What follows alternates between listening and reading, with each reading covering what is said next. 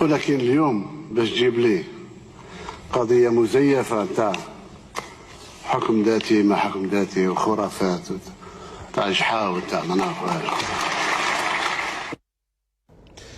ما رأيك في قضية الخرافات وجحا وما جحا؟ خطاب لرئيس جمهورية في قضية مهمة جدا، أولا تخص شعب، وقضية تخص علاقات بينك وبين الجار المغرب، وقضية عندها 50 سنة كانت فيها الجزائر يعني انفولفد، يعني داخل فيها بكل قوتها، يعني لأنه تعتبرها أمن قومي. استعمال هذه المصطلحات هل هي مؤشر معين؟ عندما يتحدث رئيس الجمهورية يجب أن نتذكر القاعدة التالية. القاعدة في العلوم السياسية أن الحروب أخطر من أن تترك للجنرالات وحدهم. الدبلوماسية أخطر من أن تترك لعبد المجيد تبون ولارتجاله. هذا رجل كلما ارتجل دخلنا في حيط. هذا رجل كلما ارتجل تسبب في كارثة. هذا رجل ليس دبلوماسيا، ليس سياسيا، ليس هنالك من أي مانع قانوني أن نقول له أنت لا علاقة لك بالدبلوماسية ولا يمكنك أن تقدم منتوجا دبلوماسيا جيدا. دع أصحاب الكفاءة يتولون الموضوع.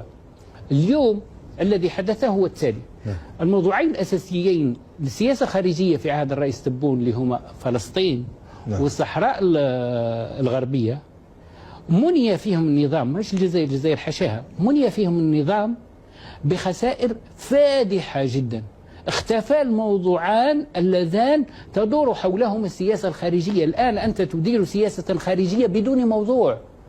السياسة الخارجية الآن ورقة بيضاء ما فيها والو. وش عندك تهدر في السياسة الخارجية؟ هذو الموضوعين اللي كنت تهدر فيهم خلاص انتهت علاقتك بهم. في مقابل ذلك الخطاب تاع الملك محمد السادس بالامس واش قال؟ قال نقطتين. النقطة الأولى قال ما حدث لا نعتبره انتصارا، وهذه محاولة لعدم استثارة الطرف الثاني. النقطة الثانية قال ندعو أخي عبد المجيد تبون إلى الحوار. جميل جدا. ما هدف هذا الموضوع؟ هنالك هدفان لمثل هذا الخطاب: الهدف السياسي والهدف الإعلامي. الهدف السياسي هو إعطاء الانطباع بأننا جاهزون للانخراط في مرحلة مقبلة تختلف عما سبقها. الهدف الإعلامي هو تثبيت صورة البلد كبلد يمد يديه. وهذا يعني كلامك صحيح، لأنه وأنا أحضر الحلقة يعني رحت لجوجل فنشوف اهتمام وكالة الأنباء العالمية والصحف العالمية بكلام الملك المغربي. كان هناك صدى إيجابي وقدموا الكلام بتقديم إيجابي. نعم. يعني هذه نقطة. يعني علاش قدموه بتقديم إيجابي؟ لأنه مكتوب بحرفية وقام به دبلوماسي.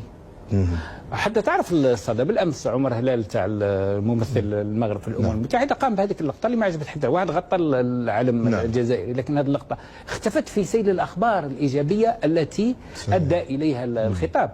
هنالك من يكتب خطابا حرفيا ومهنيا، وهنالك من يرتجل في قضايا خطيره. يا جماعه مستقبل البلاد لا يجب ان يترك الارتجال.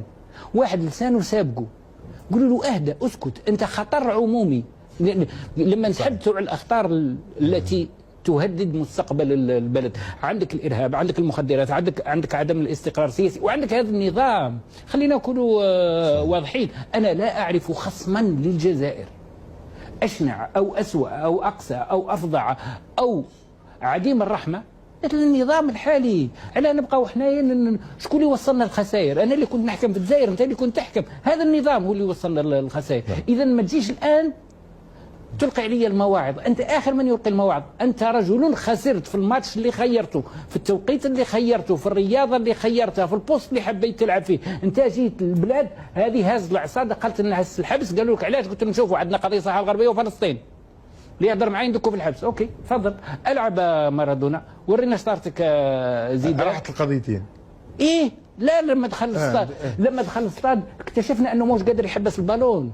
مش نقول لك ما يسجلش أهداف، عقيم على انه يحبس البالون. بالتالي انت الان ما تجيش تهدر لي في اي موضوع واحد اخر. انت الموضوع اللي قلت لي اختبرني فيه دخلت فيه في حيط، ما تجيش تهدر معايا. شوف خدمه واحده